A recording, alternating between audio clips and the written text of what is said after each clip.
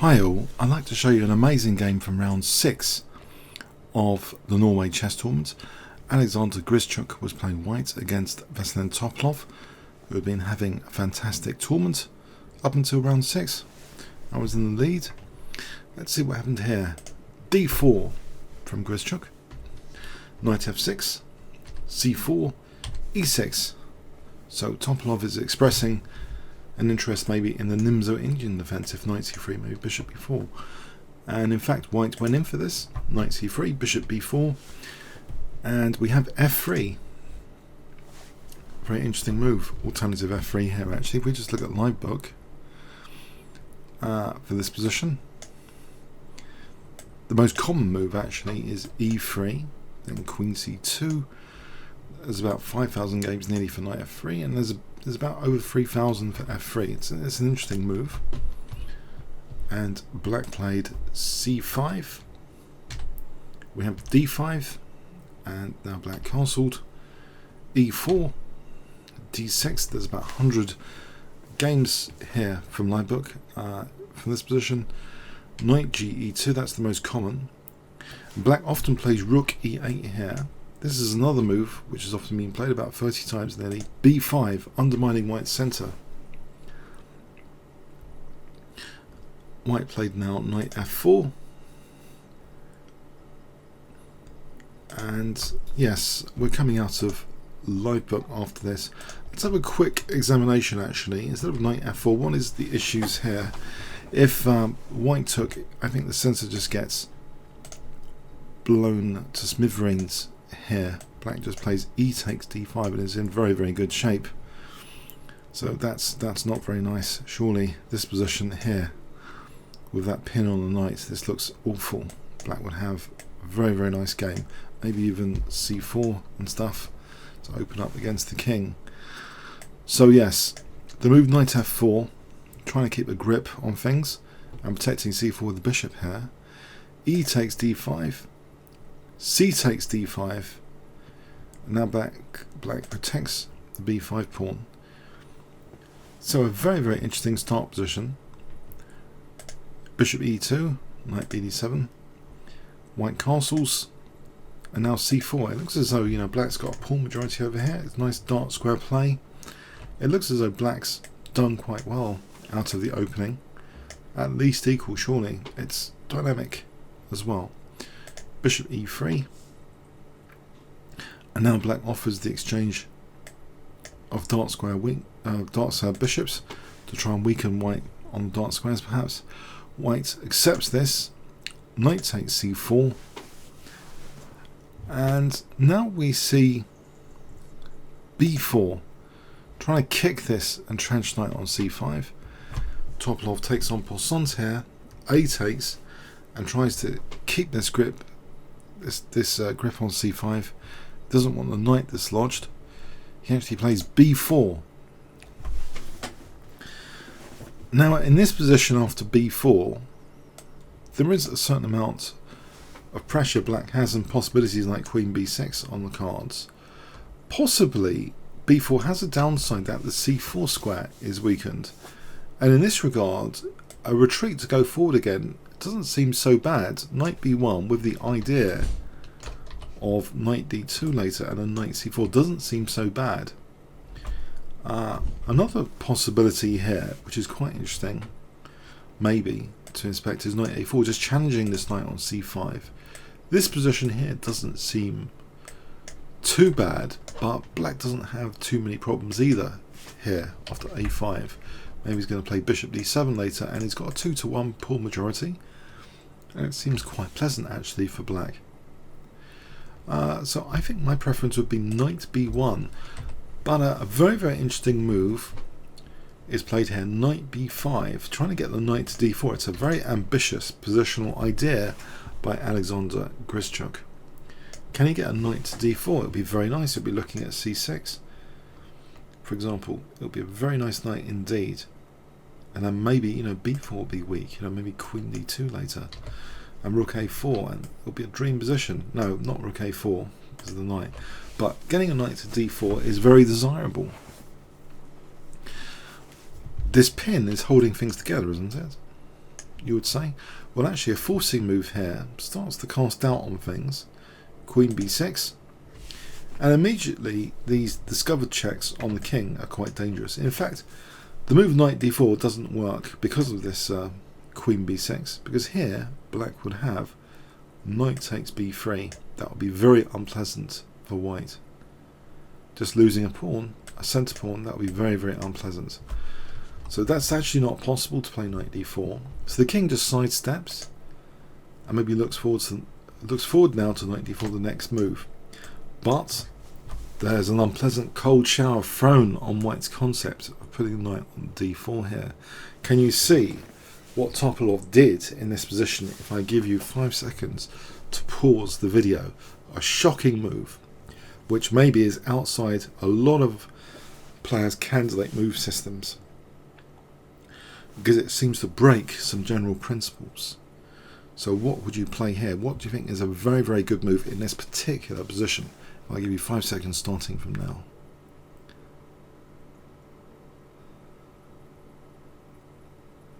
Okay, black cuts across white's positional plan with a very sharp looking g5. Hitting the knight, but surely weakening squares around the king. Surely this has got its own drawbacks that can be exploited. The first thing to note, the knights, if it goes here, then queen takes b5. The queen can exploit the interruption of that bishop on e2. And if knight h3, then bishop takes, and the rooks are connected. So in fact, after takes, a takes, just winning a piece. So the downside though, surely, hang on a sec, there's a downside surely of g5. It's a move we shouldn't really even consider, because statistically it will lose us games. White plays queen d4, just trying to exploit that weakened knight. Okay. Interesting position. Topalov now attacking both knights simultaneously, rather interestingly, keeps the pressure going with knight cd7. So the knight coming back, the knights protecting each other, whilst these knights are both attacked, and offering the exchange of queens at the same time, which would protect the rook, which would mean egg takes is still threatened now with that rook protected, and this one's still attacked. And so we have this game continuation now where white seems to be losing material here, isn't he? Because if he moves the knight back now to h3, say, then in this position a takes b5 is possible, hitting the queen. And if queen takes, then knight takes protects the rook. So knight h3 doesn't seem possible. And knight d3 again, isn't that the same story as before? Black just takes on b5 here. So it seems as though white's losing some material. Can he get some pawns for it, the piece? Queen takes, knight takes, with both knights attacked. Knight c7 hitting the rook. The rook moves, both knights are still attacked, amusingly, for black. Knight b5 using the pin. No, it's not going to be a perpetual draw with this. The rook goes towards the centre, keeping both knights attacked. What has Grischuk done? All he wanted to do was one simple positional move, using a tactical manoeuvre, knight b5 using the pin, and he has both knights attacked now. He's losing one of his knights. Knight takes d6. He grabs a centre pawn though. Surely there's a central pawns could come flooding through later. And there's also this weakened a6 pawn. Isn't there enough compensation? 2 pawns for a knight and weakened king. Let's have a look. So white gets 2 pawns for the knight.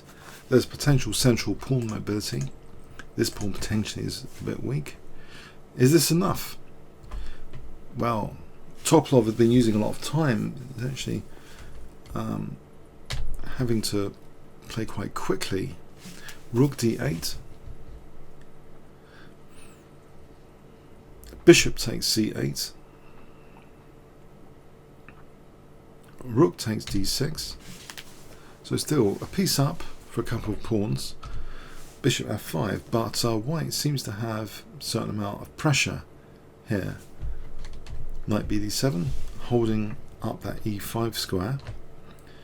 g3, trying to take away some support for e5. This pawn could be lured away. Then maybe there's f4 later. Now after f takes g3, it seems white should have perhaps taken sympathy with the h pawn to not give any important squares to these knights. So hg would take care of, say, the f4 square. But in the game, curiously, rook g1 was played. And in fact now, after king f8, again, maybe h takes is actually the best way to do this, even though the rook's gone there, just to hold the f4 square. We see we see white giving up that f4 square, it seems. Rook takes g3. Isn't this f4 square going to be useful if a knight can land there? We see knight c5. Okay, after knight c5, what is going on with these checks? Aren't they any use? I don't think they are here. Doesn't do anything. If a check, this wasn't played, rook e8, black's okay. The bishop just went to h3 here. And what about this knight takes b3? Is that a punishing check? Black actually played rook e8 in this position. Is this a little trap? Let's have a quick look. Is this something to do with f4? Knight takes b3, if that was played. Well, actually not f4, no, that's e4 is a problem, etc. Just rook b1. And actually it's still okay for black, it seems. It seems playable, but yeah, that was just left there for a moment. Just rook e8 was played. Black has the idea of maybe of avoiding these checks and trying to put a knight soon, maybe like this, for example, or like this, on f4. Rook at b1, protecting the pawn, but that also means that rook a8 is interesting. So even though he hasn't taken that pawn, he's getting some rook activity instead, which could be really dangerous. Knight h5, this knight is coming to a beautiful square potentially. Rook g5 was played. I don't think rook g4 helps in this position. If rook g4, knight d3, actually threatening knight f2 is not very pleasant. This is not very pleasant at all. If king g2, then the knight just can come to f4 here, winning material. Ouch. Not very pleasant. The knights working well together. So we see rook g5, but now the knight comes to f4. It's a lovely looking knight. It really does feel like an extra piece now. White's pawns don't seem to be going anywhere. This rook seems to be passive. These rooks are pretty awkward, actually, and the bishop's pretty awkward. The bishop actually is attacked. It retreats. Rook a8, taking that lovely file to come to the 7th rank. Bishop c4, rook a2, pardon me, rook a2, rook on the 7th. Black is clearly doing very well here. Rook g4. And now instead of moving the knight, rook h6, threatening some very nasty ideas if the knight is taken. h4 was played here. If rook takes f4, then rook taking like this is better than the other way, the other rook, because then we can actually pick up this rook here. That would be very, very nice. So yes, the knight is immune in this position. h4 is played. Knight f d3, threatening things like knight f2 check. Pretty nasty stuff. Rook g2, dropping pawn here. So now black has 3 pawns to white's 4, and a pawn and an extra piece for black. So a pawn down but extra piece. King g1. White's not really threatening much, but the rook is attacked at the moment. The rook drops back. d6. It's a pretty bad position. this pawn is not really going anywhere without support, and it's not going to get support if the knights are holding these pawns. We see just rook h6, and another pawn is about to drop off. Rook h2, trying to at least get the h7 one. Is that significant? Black takes here on d6, and white actually resigns this position. He feels it's hopeless. We've reached nearly move 40. This is at move 39, so we've reached time control of extra time. Things are more clear here, you can think more. It seems as though this is hopeless, this position. If rook takes h7, something like knight e5 looks strong. So we can get a dangerous pass pawn taking on c4 at minimum. Say here, I think we can just take on c4, for example, or we can throw in a check first. Then we could take on c4 as an example. It seems straightforward to get past b pawn. This looks very, very crushing. So yeah, what a game. Let's undo those last moves. Yes. So d6, after taking on d6, white resigned. It seems Topalov has had, to many people's perspectives, quite a bit of good luck and fortune in this tournament. And I may try and show you some previous rounds where that is more evident in this game. In this game, it seems, yeah, white seemed a bit on the complacent side when playing knight b5. It looked as though he was simply rerouting to d4 to punish maybe black positionally for the d4 square. It really tactically backfired to end up being a piece down for 2 pawns. And then white kind of made things worse, giving black a beautiful f4 square. Maybe he could have put some stiffer resistance up there if he had a pawn on g3 protecting the f4 square. The knight came in, and the rook seemed to also dominate. Not taking on b3 seemed a wise decision, just to go for maximum piece activity. It worked beautifully for black in this game from g5 basically. It worked very well.